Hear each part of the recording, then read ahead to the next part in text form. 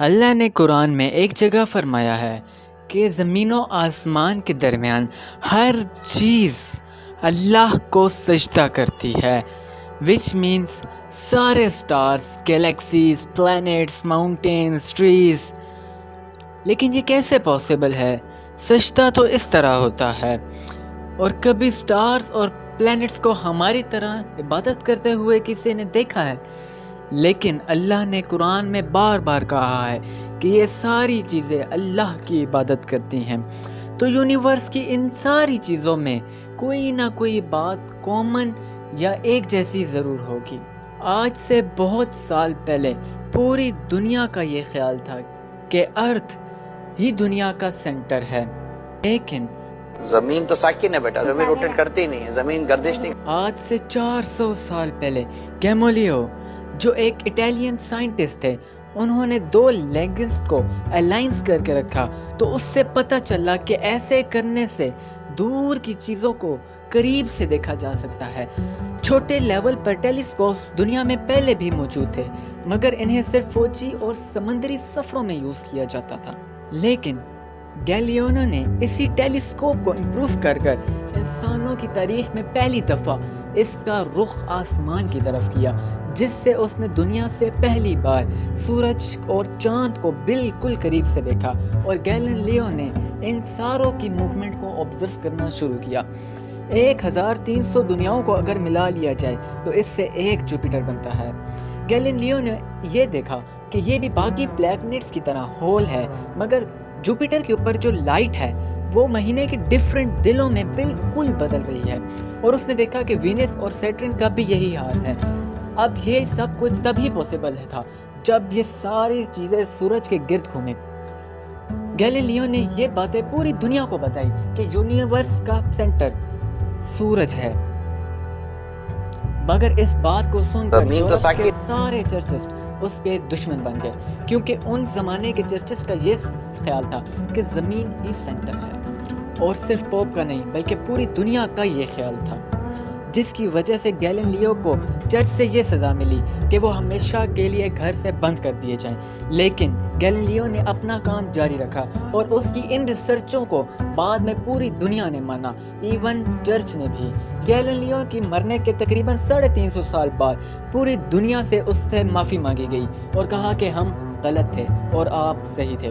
آہستہ آہستہ ہمیں پتہ چلا کہ زمین یونیورس کا سینٹر نہیں ہے، بلکہ یہ سورج کے گرد گھومتی ہے، اور سورج بھی کوئی اتنی بڑی چیز نہیں ہے، بلکہ سورج جیسے تو اربوں کھربوں سٹارز کی طرح ملکی وے گیلیکسی کا ایک چھوٹا سا حصہ ہے، اور یہ ملکی وے گیلیکسی اربوں سٹار سے بنی ہوئی ہے، اور یہ سارے سٹارز ایک ہی سرکل میں گھوم رہے ہیں۔ ہم تو سورج کے گرد گھوم رہے ہیں، اور سورج جیسے اربوں کھربوں سٹارز مل کر کس کے گرد گھوم رہے ہیں؟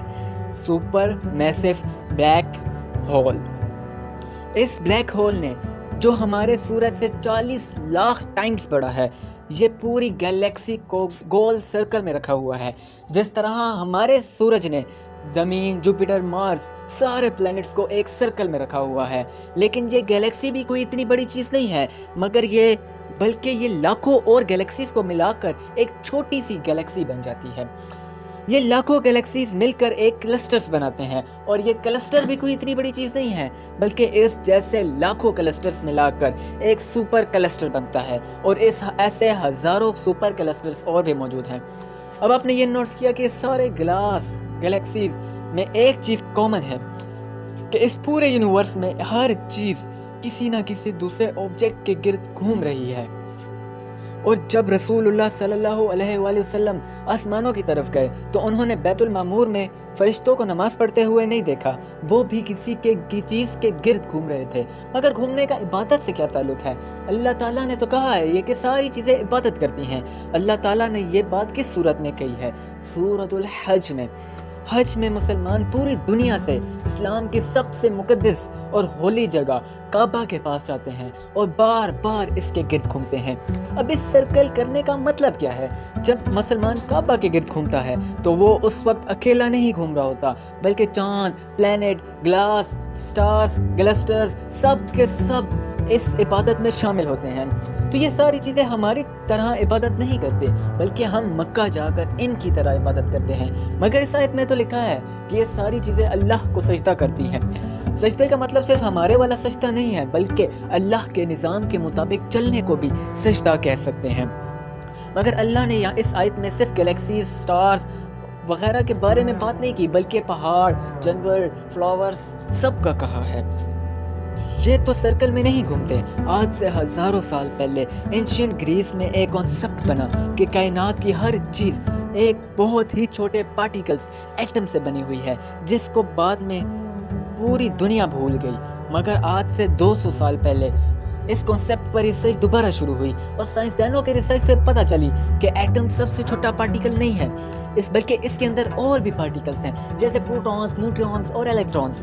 پروٹونز اور الیکٹرونز ہمیشہ ایٹم کے سینٹر میں ہوتے ہیں، اور الیکٹرون ہمیشہ ان کے ارد گرد گھوم رہے ہوتے ہیں، آلموسٹ بالکل اسی طرح جیسے پلینٹ سورج کے گرد گھوم رہے ہوتے ہیں اور سٹارز بلیک ہولز کے گرد گھومتے ہیں، جس کا مطلب ہے کہ کائنات کی ہر چیز چاہتے یا نہ چاہتے ہوئے کسی نہ کسی چیز کا طواف کر رہی ہے۔ اور جب کوئی مسلمان کعبہ کا طواف کرنے جاتا ہے تو وہ کائنات کی ہر چھوٹی سی چھوٹی چیز، جیسے ایٹم کے اندر الیکٹرون سے لے کر کائنات کے سب سے بڑے آبجیکٹس، پلینٹ، سٹار، گلیکسیز اور ایون کے بیت المعمور فرشتوں کے ساتھ ایک ہی عبادت میں شامل ہو جاتے ہیں۔ ہو سکتا ہے اسی لیے اسلام میں طواف کرنا سب سے بڑی عبادت ہے۔ تو سب سورہ حج میں اللہ نے فرمایا کہ یہ ساری چیزیں میری عبادت کرتی ہیں، تو یہ ہماری طرح عبادت نہیں کرتی، بلکہ ہم مکہ میں کعبہ کا طواف کر کے ان کی طرح اللہ کی عبادت کرتے ہیں۔ لیکن ان ساری چیزوں کا طواف کرنے کا ایک فکس ٹائم ہے، تب جیسے ہی یہ ٹائم پورا ہوگا تب ہر شخص معلوم کر لے گا کہ وہ کیا لے کر آیا ہے۔ امید کرتا ہوں کہ آپ کو یہ ویڈیو بہت پسند آئی ہوگی۔ ایسے ہی انٹرسٹنگ ویڈیوز دیکھنے کے لیے ہمارا چینل ریسرچ ٹروتھ سبسکرائب کریں اور بیل آئیکن کو دبا دیں۔ شکریہ۔